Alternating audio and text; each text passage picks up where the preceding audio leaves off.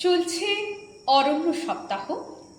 অরণ্য সপ্তাহে কবি দিলীপ কুমার পাত্রের লেখা কবিতা অসীম তোমার দান কবিতা পাঠে আমি এরিনা গুছাইতে। ছায়াটা দাও, বৃষ্টিটা দাও, দাও যে প্রাণী বায়ু, বনজ দাও, ভেষজ দাও, দাও তো শত আয়ু।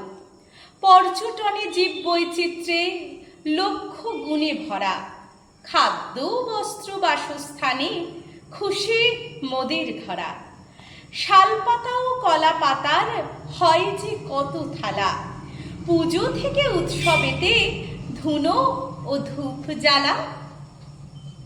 নেশাদ্রব্য তৈরিতেও পুষ্প ফুল ও পাতা, আসবাবপত্র জ্বালানিতে ভীষণ যে গাছ দাতা। বাদ্যযন্ত্র বানাতে সেই ঋণী তোমার কাছে, খেলাধুলোর সরঞ্জামে ভরসা আজও গাছে। ধস ও খরা সুনামি ওই রোজ্জে করে বানো, তোমার দয়ায় গড়ে ওঠে কত শত জানো।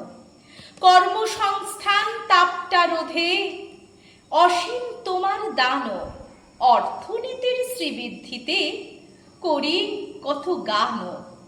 রন্ধনেরও মশলাটা দাও, দাঁড়াও রুখে ঝরে, দুর্ঘটনা রোধে তোমায় ভীষণ মনে পড়ে। বৃক্ষরোপণ করলে যে জীব থাকবে শত শত, সবুজ বনের সৃষ্টিতে কাজ থাকবে সবাই রত। নমস্কার।